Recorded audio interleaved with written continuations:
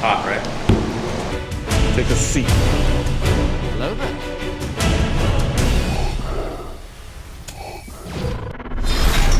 We would be honored if you would join us. Welcome back to the Spiffy Nerd Herder channel. I am Danny, and this is Luke Fruit Snacks Ramirez. Today, we are going to be talking about many people's favorite scene from Vader, Shards of the Past. Lord Vader, you have an urgent message.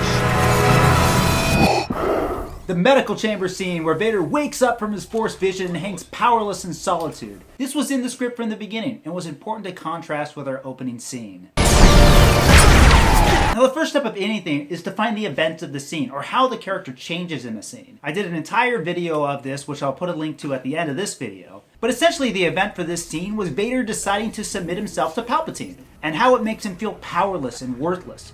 Vader straight up stinks, and we had to feel that as an audience. Vader wants to kill Sidious, but he's a mere shell of what he once was. Nothing like what we saw in the first scene. I will not be denied.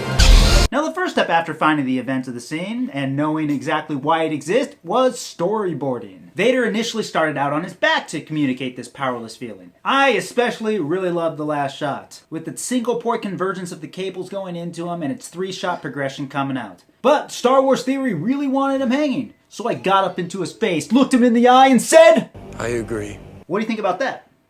I will not be denied. Giddy up. Once Vader now is hanging, we originally had 5 shots planned. An extreme close-up of the eyes opening, a close-up from the side, which would have had the droid come in, and then use the droid's exit from frame to pull the camera around Vader to reveal that he was missing an arm. From there, we go into a 3-shot progression to reveal all his missing limbs one at a time. We still think that it would have created a pretty sweet moment, right?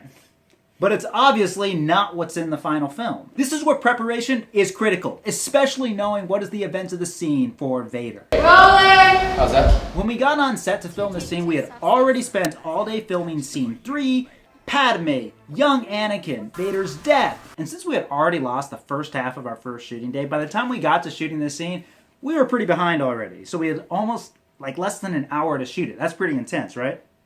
I will not be denied.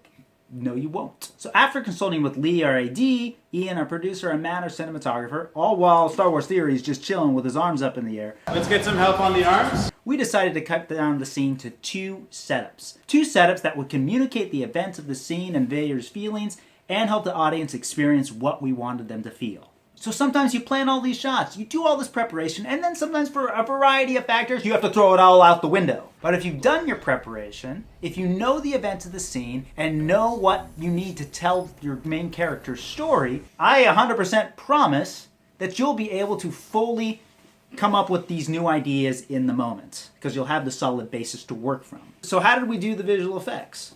Up until about a week before filming, we had planned to do a practical medical chamber set. But at the request of Michael Miller, our production designer, so he could focus more on the throne room, we decided to do an entirely CG environment. So we shot Star Wars Theory in front of a green screen with all these cables around him and coming into him with him standing on an apple box. Apple box? What about an apple box?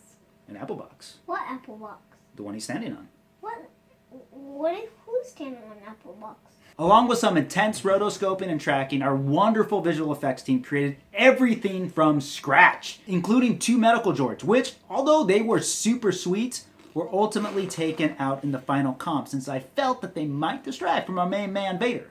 To accomplish the changing of Vader's eyes, we shot the scene both with and without Vader's contacts and then blended them together at the right moment for the greatest emotional impact. Star Wars Theory also really wanted to have the eyes have a little extra punch, a little extra juice right when he opened them after the Force vision. So we augmented them with visual effects briefly before fading into only the contacts. We also did a few extra touch-ups here and there, like removing Star Wars Theory's eyebrows. Now as for his eyelashes, they're canon, baby! They're canon, baby. Yeah. So after all was said and done, what was the point of this scene? Simply to show that Darth Vader and his service to the dark side and his master has left him with nothing. No power. One of my favorite transitions of the whole film is here when we see Vader with nothing and then cut to Palpatine looking out his window at everything. Ships, Star Destroyers, the Death Star. I like the juxtaposition and the contrast of the 2 characters in this moment. Hey, Daddy. What? Is the Death Star always in space? Death Star is always in space. What? How does the Star able to get into the Death Star then? Through a door? What door? Big door. Thanks so much for watching, guys. This was one of our favorite scenes in the entire movie, and we hope you really liked it too. So be sure to like the video for more awesome Giddy Up content. Subscribe if you haven't, because if you haven't, you're doing something wrong with your life. And share the channel with other people. But until next time, guys, stay spiffy like Luke, Fruit Snack Ramirez. And until next time, don't do anything we wouldn't do twice. Okay. Luke, where are you going? Where are you going? The video's all done. No, it's not. Oh, yeah.